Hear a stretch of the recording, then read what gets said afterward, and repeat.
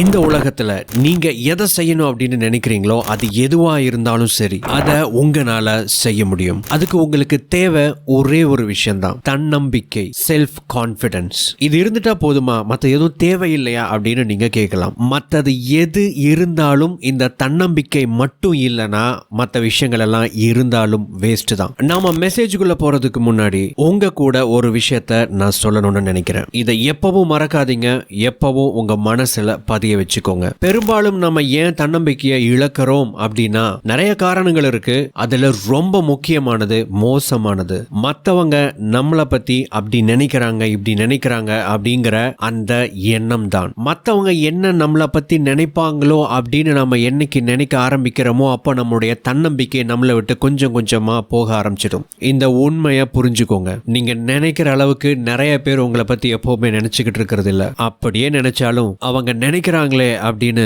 நீங்க வருத்தப்படுற அளவுக்கு அது அர்த்தம் இல்ல. Just remember this. இப்போ நம்ம மெசேஜுக்குள்ள போலாம். உங்களுடைய தன்னம்பிக்கையை அதிகரிக்கணும், உங்களுடைய தன்னம்பிக்கையை தக்க வச்சுக்கணும் அப்படின்னா அதுக்கு நீங்க என்ன பண்ணணும், என்ன பண்ணக்கூடாது அப்படிங்கிற விஷயங்களை நாம இப்போ பார்க்க இருக்கிறோம். பிஃபோர் தட், வணக்கம் நண்பர்களே, welcome back to growth factor Tamil. நான் உங்கள் வெற்றி கூட்டாளி. இந்த சேனலுக்கு நீங்க புதியவராக இருந்தீங்க அப்படின்னா please subscribe to this channel. Let's begin.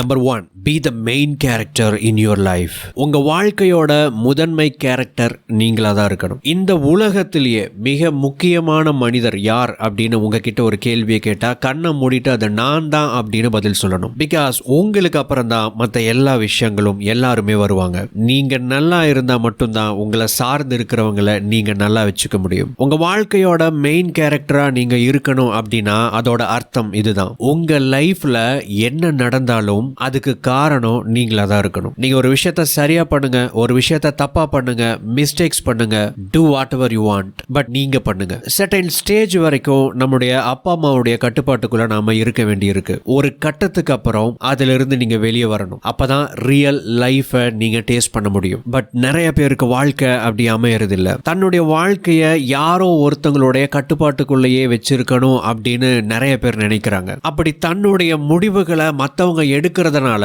Decision making எப்படி இருக்கணும் அப்படிங்கிறது நிறைய பேருக்கு தெரியாமையே போகுது. இதுக்கான காரணம் என்ன அப்படின்னா, நாம ஒரு முடிவு எடுக்கணும் அப்படின்னா பல விதமான யோசனைகள், சிந்தனைகள் நம்ம மண்டைக்குள்ள ஓடும். பல விதமான பயங்கள் நம்மளை வந்து பயமுறுத்தும். Fear of failure, fear of rejection, மத்தவங்க நம்மளை பத்தி என்ன நினைப்பாங்க, ஒரு வேளை நாம எடுக்கிற முடிவு தப்பா போயிருச்சுன்னா என்ன பண்றது, நம்ம எடுக்கக்கூடிய முடிவு பெர்ஃபெக்ட்டா கரெக்டா இருக்கணும் அப்படின்னு சொல்லிட்டு பல விதமான எண்ணங்கள் நம்ம மண்டைக்குள்ள ஓடும். அதுல ஒரு ஸ்ட்ரெஸ் கிரியேட் ஆகும். இந்த ஸ்ட்ரெஸ்ஸுக்கு பயந்துட்டு தான் நிறைய பேர் முடிவெடுக்காம மற்றவங்களுடைய முடிவுக்காக காத்திருக்கிறாங்க. உங்க வாழ்க்கையில அதிகமான முடிவுகளை நீங்க எடுக்கல, மற்றவங்க எடுக்கிறாங்க அப்படின்னா நீங்க உங்களுடைய வாழ்க்கைய நீங்க முழுமையா வாழலன்னு அர்த்தம். அடுத்தவங்க போட்ட டிசைன் படி நீங்க வாழ்ந்துகிட்டு இருக்கீங்க அப்படின்னு அர்த்தம். இதையெல்லாம் கவனிச்சுக்கிட்டு இருக்கிற உங்களுடைய மைண்ட் உங்க வாழ்க்கையில முக்கியமான கேரக்டர் நீங்க இல்ல, அந்த முடிவுகளை எடுத்துக்கிட்டு இருக்கிற அந்த நபர் தான் அப்படின்னு நம்ப ஆரம்பிக்குது. நீங்க தனியா முடிவு எடுக்கணும் அப்படின்னு ஒரு சிச்சுவேஷன் வரும்போது கூட முடிவு எடுக்க விடாம வேணா நீ முடிவெடுத்துறாத, ஒருவேளை நீ முடிவெடுத்துட்டேன்னா அது தப்பா போயிடும், அவங்க தான் முடிவு எடுக்கணும் அப்படின்னு சொல்லிட்டு உங்களை பயமுறுத்தி திரும்ப அடுத்தவங்களை சார்ந்து இருக்கிற மாதிரி பாத்துக்குது. நண்பர்களே, நீங்க உங்களை 24 மணி நேரமும் கவனிச்சுக்கிட்டு இருக்கிறீங்க. நீங்க எப்படிப்பட்ட வாழ்க்கைய வாழ்ந்துகிட்டு இருக்கிறீங்களோ அப்படிப்பட்ட நபரா உங்களை பத்தி நீங்களே நினைச்சுக்கிறீங்க. உங்க மைண்ட் ஒரு குழந்தை மாதிரி. அது எப்படி தன்னை சுத்தி இருக்கிறவங்களை பார்த்து இப்படிதான் நடந்துக்கணும் அப்படின்னு சொல்லிட்டு பழகுதோ அதே மாதிரி உங்களுடைய மைண்ட் உங்களுடைய நடவடிக்கைகளை பார்த்து பழகுது. நீங்க எதிர்பார்க்கிற தன்னம்பிக்கை எங்க இருக்குன்னு நினைக்கிறீங்க? உங்க மைண்டுக்குள்ளதான் இருக்கு. அது சரியா டெவலப் ஆச்சு அப்படின்னா தான் தன்னம்பிக்கை அப்படிங்கிறது வளரும். உங்களுடைய முடிவை நீங்க எடுத்து பழகினா தான் நீங்க முடிவெடுக்கக்கூடிய நபர் அப்படிங்கிறத உங்களுடைய மைண்ட் கவனிக்கும். அதை பார்க்கும்போது அதுக்கு ஒரு புது தெம்பு வரும், ஒரு தன்னம்பிக்கை வரும். அதுக்கப்புறம் பயம் குறையும், தன்னம்பிக்கை ஆட்டோமேட்டிக்கா அதிகரிக்கும். Number 2, express your true self. முதல்ல உங்களுடைய சுயத்தை முழுமையா நீங்க ஏத்துக்கோங்க.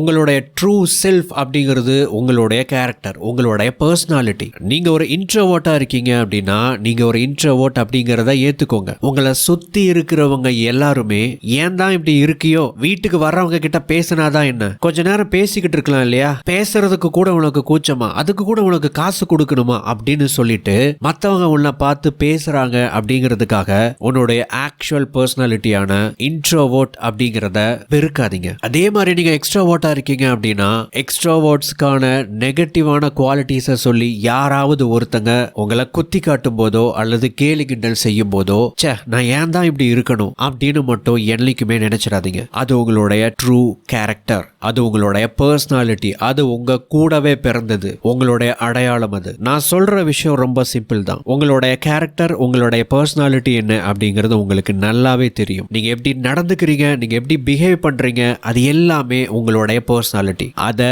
பெட்டரா டெவலப் பண்ணுங்க. இந்த உலகத்துல எல்லாருமே பெர்ஃபெக்ட்டான மனிதர்கள் கிடையாது. எல்லாரிடமும் குறைகள் இருக்கும். உங்களுக்கு இருக்கக்கூடிய கேரக்டரை நீங்க டெவலப் பண்ணணும், அவ்வளவுதான். அந்த கேரக்டரை நீங்க பெஸ்டா டெவலப் பண்ணிக்கிட்டீங்க அப்படின்னா உங்க வாழ்க்கையோட முதன்மை கேரக்டரா நீங்க மாறுவீங்க. உங்களை நீங்க முதல்ல ஏத்துக்கணும். அப்பதான் உங்க வாழ்க்கையில நீங்க முதன்மை கேரக்டரா மாற முடியும். அதை எப்படி பண்றது? Let's say if you are an introvert, நீங்க ஒரு இன்ட்ரோவர்ட்டா இருக்கீங்க அப்படின்னா உங்களால 100% ஒரு எக்ஸ்ட்ரோவர்ட் மாதிரி ஒரு கூட்டத்துல கலந்து சிரிச்சு பேசி ஜாலியா இருக்க முடியாது. பட் கூட்டத்துல இருக்க முடியும். ஒரு எக்ஸ்ட்ரோவர்ட் பேசுற மாதிரி ரொம்ப கலகலப்பா உங்களால பேச முடியாது. ஆனா நீங்க பேசுனா மத்தவங்க யோசிக்கிற அளவுக்கு இருக்கும். அப்போ என்ன பேசலாம் அப்படிங்கிற டாபிக்கை செலக்ட் பண்ணி பேசணும். இல்ல அந்த மாதிரியான டாபிக் ஒரு கூட்டத்துல வரும்போது நீங்க அதில் கலந்துக்கணும். உங்களுக்கு இன்ட்ரெஸ்டடான டாபிக்ல உங்களுடைய ஆழமான கருத்துக்களை ரொம்ப தாட்ஃபுல்லா உங்களால பேச முடியும். உங்களுக்கு சிந்திக்கக்கூடிய திறன் அதிகமாவே இருக்கும். தனிமையை அதிகமா விரும்புவீங்க. தனியா இருக்கும் போது நீங்க உங்களுக்குள்ள என்ன யோசிக்கிறீங்க, சிந்திக்கிறீங்க அப்படிங்கறத கவனிங்க. இத நீங்க சரி பண்ணலன்னா உங்களுக்குள்ள என்ன ஓட்டங்கள் இருந்துகிட்டே தான் இருக்கும். அதை நீங்க பாசிட்டிவா மெயின்டைன் பண்ணலன்னா நெகட்டிவா மாறி போயிடும். உருப்படியான விஷயத்தை சிந்திங்க, கிரியேட்டிவா சிந்திங்க. இதுவே நீங்க ஒரு எக்ஸ்ட்ரோவர்ட்டா இருக்கீங்க அப்படின்னா கேப் இல்லாம பேசிக்கிட்டே இருப்பீங்க. கொஞ்சம் நிறுத்தி நிதானமா யோசிச்சு பேசுங்க. நீங்க பேசுறத மத்தவங்க ரசிக்க மட்டும் இல்ல, விரும்பவும் செய்வாங்க. இப்ப நான் சொன்னதெல்லாம் சின்ன சின்ன உதாரணங்கள் தான். உங்களுடைய கேரக்டரை பாசிட்டிவான வழியில நீங்க வளர்த்துக்கிட்டீங்க அப்படின்னா உங்களுடைய உண்மையான செல்ஃபை இந்த உலகத்துல சரியான விதத்துல நீங்க எக்ஸ்பிரஸ் பண்ண முடியும். Number 3, no negative self talk. உங்களுடைய செல்ஃப் டாக்கை கவனிங்க. செல்ஃப் டாக்னா ஒன்றும் இல்லை, நீங்க தனியா இருக்கும்போது உங்க மண்டைக்குள்ள ஓடிக்கிட்டு இருக்கிற உங்களுடைய ஓன் வாய்ஸ், உங்களுடைய மைண்ட் வாய்ஸ். அது நம்ம நல்லா இருக்கும் போதும் சரி, இல்ல கஷ்டப்படும் போதும் சரி, சோகமா இருக்கும் போதும் சரி, நமக்குள்ள நம்முடைய மைண்ட் ஏதோ ஒரு விஷயத்த பேசிக்கிட்டே இருக்கும். அதுதான் செல்ஃப் டாக். உங்களோட நீங்க என்ன பேசிக்கிறீங்க கவனிங்க. அந்த செல்ஃப் டாக் எப்படி இருக்குன்னு பாருங்க. உங்களோட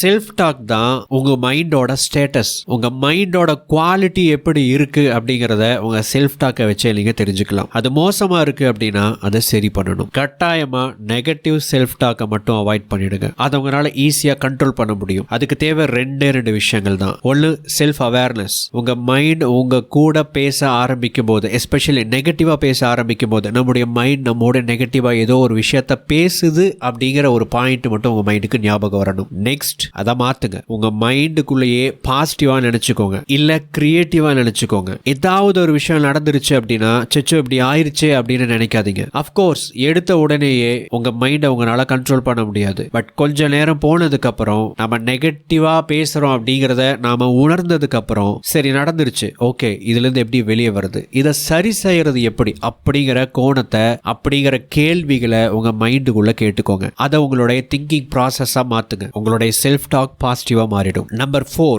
forgive yourself. உங்க வாழ்க்கையில நீங்க நிறைய தவறுகளை செஞ்சிருக்கலாம். அதோட குற்ற உணர்வுகளை எல்லாம் நீங்க சுமந்துகிட்டே இருந்தீங்க அப்படின்னா நிச்சயமா தன்னம்பிக்கை அப்படிங்கிறது துளி கூட இருக்காது. நடந்த விஷயத்த மாத்த முடியாது, அது உங்களுக்கே தெரியும். நடக்க போறதை நீங்க மாத்த முடியும். உங்க எதிர்காலத்தை நீங்க எப்படி பாக்குறீங்க அப்படிங்கிற அந்த பெர்ஸ்பெக்டிவ் உங்களுடைய வாழ்க்கையவே மாத்தி விட்டுரும். உங்களுடைய எதிர்காலத்தை, ஃபியூச்சரை நீங்க 2 கோணத்திலிருந்து பார்க்கலாம். ஒன்னு பாஸ்ட், கடந்த காலம், இன்னொன்னு பிரசன்ட், நிகழ்காலம். கடந்த காலத்திலிருந்து ஃபியூச்சரை பார்க்கறது அப்படின்னா கடந்த காலத்துல எனக்கு என்னென்னலாம் நடந்துச்சோ இதுதான் என் வாழ்க்கை, இப்படிதான் என் வாழ்க்கை இருக்க போகுது, இதுதான் நான் அப்படிங்கிற கடந்த காலத்தோட நம்பிக்கைகளை வச்சு எதிர்காலத்தை பார்க்கும்போது எதிர்காலமும் என்னுடைய கடந்த காலம் மாதிரி தான் இருக்கும் அப்படிங்கிற மாதிரியான ஒரு எண்ணம் உங்களுக்குள்ள உருவாகும். நிகழ்காலத்திலிருந்து உங்களுடைய எதிர்காலத்தை பார்க்கறது அப்படின்னா இப்ப நான் உருப்படியான ஒரு வேலையை செஞ்சுக்கிட்டு இருக்கேன், இதை நான் தொடர்ச்சியா இப்ப செஞ்சுக்கிட்டே இருந்தேன் அப்படின்னா ஃபியூச்சர்ல இந்த விஷயம் மாறும். ஒரு ஒரு கட்டத்துக்கு அப்புறம் அது எப்படி மாறணும் அப்படிங்கிற விஷயத்த கூட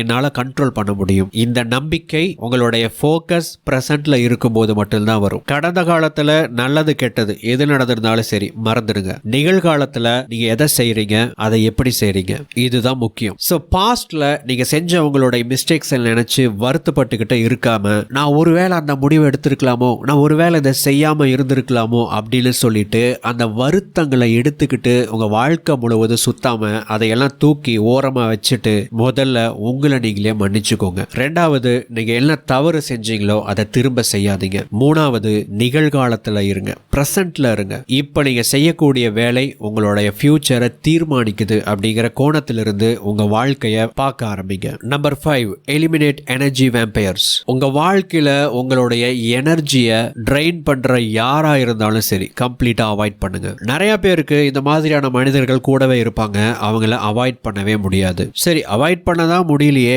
எப்படியாவது சமாளிச்சு கூட்டிட்டு போவோம் அப்படிங்கிற மாதிரி நிறைய பேர் டிராவல் பண்ணிக்கிட்டு இருக்காங்க. ஒரு பழைய படத்துல வடிவேலு ஒரு கட்ட வண்டியில லிஃப்ட் கேட்பாரு. வண்டியில ஏற்கனவே நிறைய பாரமா இருக்கு அப்படின்னு சொல்லுவாங்க. சரி சரி பரவாயில்ல, வண்டியில ஏறிக்கோ அப்படின்னு சொல்லிட்டு சொல்லுவாங்க. வடிவேலு கட்ட வண்டியில ஏறிடுவாரு. வண்டி போய்கிட்டே இருக்கும்போது வண்டிக்காரர் பின்னாடி திரும்பி பார்ப்பாரு. பார்த்தா வடிவேலு மூட்டையை தலைமையிலேயே சுமந்துக்கிட்டு இருப்பாரு.